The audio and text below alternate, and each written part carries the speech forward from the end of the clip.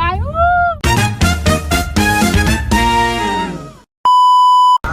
เอาละค่ะตอนนี้นะคะเราอยู่ที่ท่าน้ำนนทบุรีเรียบร้อยแล้วนะคะเราเลยสถานีที่จะไปเที่ยวเรียบร้อยแล้วต่อไปเราจะไปเที่ยวที่ไหนกันต้องไปรอดูค่ะ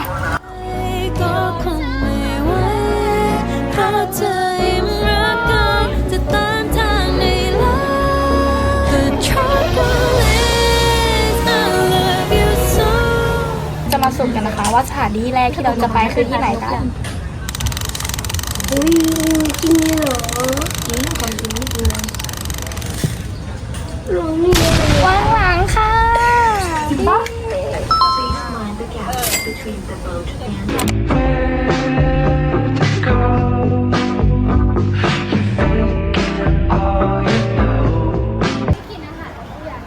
ทุกคนคะคือมันเกิดอุบิเหตุก็คือเราใส่บริสุทธิ์แล้วเราปิดไม่ได้นะคะเพราะว่าติดด่านโอเคค่ะตอนนี้เราอยู่ที่ตลาดวังหลังนะคะวันนี้เราก็จะมาช้อปปิ้งกรุบกริบนะคะดูกระป๋องดูเขามีทำเป็นเล่นนี่นะคะเราจะบอกเลยว่าที่นี่นะคะมีสิ่งอำนวยความสะดวกมากมายอย่างเช่นร้านค้าคาเฟ่ไอติมทอดร้านเสื้อผ้าไอติมทอดจริงๆนี่ไม่เกี่ยวหิวนะคะแล้วก็มีโรตีชาชักด้วยนะคะแบรนด์ดังๆก็จะเอามาวางไว้ที่ตลาดนี้เยอะบอกได้คำเดียวว่าสนุกคุ้มจากที่นั่งละ16 บาทแน่นอน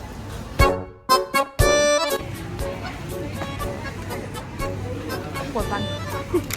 20 บาทเองน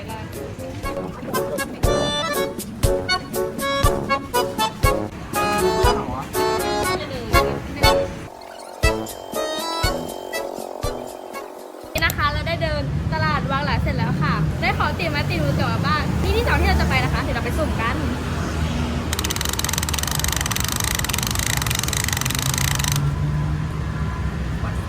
วัง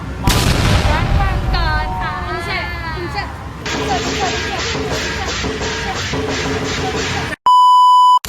ก็คือเราจะไปวัดมังกรกันเราจ่ายเงินไปเท่าไหร่คะ3ชื่อ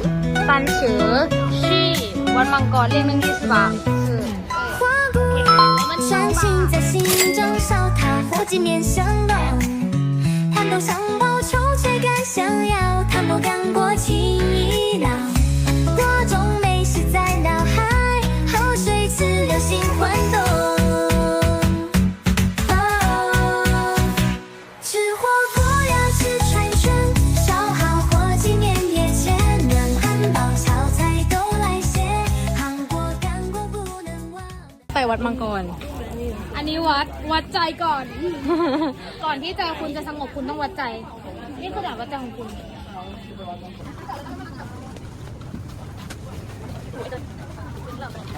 คืออยู่ดีฝนก็ตกถึงฝนจะตกโอ้มากระโตเด็กกระโตหลังจากที่เราทะเลถลายมาสักครู่ก็ถูกเพื่อนฉุกคิดได้ว่าอ๋อหัวมันว่างเลยลืมวัดมังกรไปเลยตอนนี้นะคะเราก็ถึงเยาวญาแก้วนะคะลงปาน浪流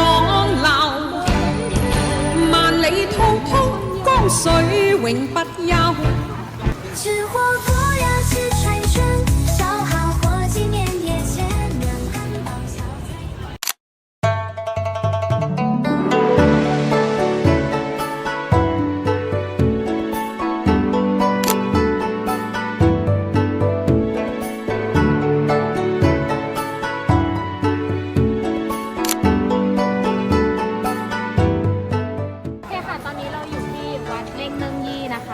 วัดมังกรที่รู้จักกันนะคะขึ้นชื่อเรื่องการมาขอเรื่องการเรียนแล้วก็ร่ำรวยเงินทองนะคะแต่ว่าอาจจะไม่ขึ้นชื่อเรื่องการขอความรักสักเท่าไหร่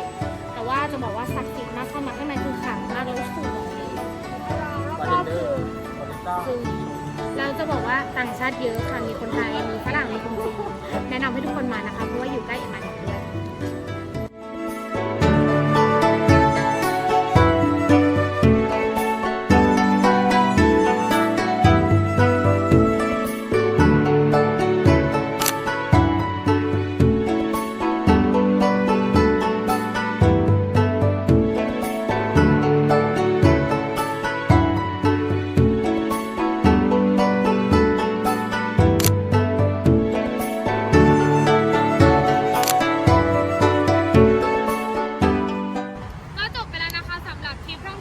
โดยการใช้เรือนะคะ วันนี้นะคะเราก็ได้ไปทั้ง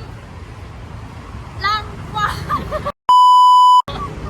ก็จบไปแล้วนะคะสำหรับการไปเที่ยวโดยใช้เรือวันนี้นะคะ วันนี้นะคะเราก็ได้ไปทั้งตั้งหลักค่ะวัดมังกรค่ะโอเคนะคะ ตอนนี้นะคะก็เป็นเวลา5 โมงตรงเราทั้งหมดนะคะได้กลับมาที่เซ็นทรัลแจ้งวัฒนะเป็นที่เรียบร้อยแล้วนะคะบอกได้คำเดียวนะคะว่า over power ก็คือใช้ energy เยอะมากนะคะสำหรับคนที่อยากไปนะคะแนะนำใส่ถ่านไว้นะคะดูจากการที่บ่นทั้งคลิปนะคะ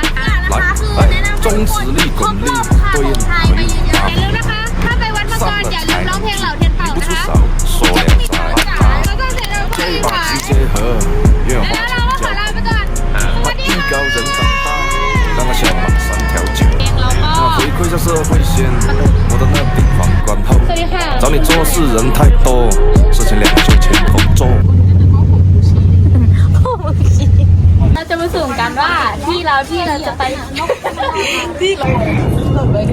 ว่ากินอะไร